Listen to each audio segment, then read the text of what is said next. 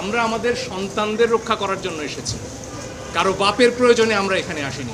আমাদের সন্তানদের গুলি থেকে বাঁচাতে আদালতে এসেছি, কারো বাপের প্রয়োজনে আসেনি। এমন সব বক্তব্য শুনলেই চোখের সামনে ভেসে ওঠে সাদা শার্ট ও কালো কোট পরা অধিকারীর সপক্ষে দাঁড়ানো এক সাহসী আইনজীবীর চিত্র। তিনি হলেন মঞ্জুর আলম। সম্প্রতি সময়ে সামাজিক যোগাযোগ মাধ্যমে ভাইরাল হওয়া মঞ্জুর আলম একজন ব্যতিক্রমী ব্যক্তি, যিনি তার বহুমুখী প্রতিবাদের জন্য পরিচিতি পেয়েছে। তিনি কেবল একজন সুপরিচিত সংবাদ উপস্থাপক নন, একধারে তিনি সুপ্রিম কোর্টের আইনজীবী, মানবাধিকার কর্মী এবং সঙ্গীদের প্রতি গভীর অনুরাগী। তবে সম্প্রতি তিনি আলোচনায় এসেছিলেন ভিন্ন এক পরিচয়ে, একজন সাহসী আইনজীবী হিসেবে, যিনি দেশের চলমান কোটা আন্দোলনের প্রেক্ষাপটে পুলিশের গুলিতে নিহতদের ন্যায় বিচারের দাবিতে আদালতে রিট করেছেন। তার এই সাহসী পদক্ষেপ তাকে এক নতুন নায়ক হিসেবে প্রতিষ্ঠিত করেছেন।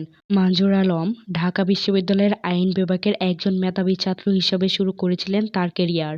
তবে তার স্বপ্ন ছিল আইনের পাশাপাশি গণমাধ্যমেও নিজের অবদান রাখার। সেই লক্ষ্যে তিনি যোগ দেন একটি সংবাদ ভিত্তিক টেলিভিশন চ্যানেলে। তার সাবলীল উপস্থাপনা, বিষয়বস্তুকে ঘিরে যথাযথ প্রশ্ন এবং নিরপেক্ষ মনোভাব দর্শকদের মনে দাগ কেটেছে। তিনি একজন জনপ্রিয় সংবাদ উপস্থাপক হিসেবে প্রতিষ্ঠা লাভ করলেও আইনের প্রতি তার ভালোবাসা কখনোই ফিকে হয়ে যায়নি।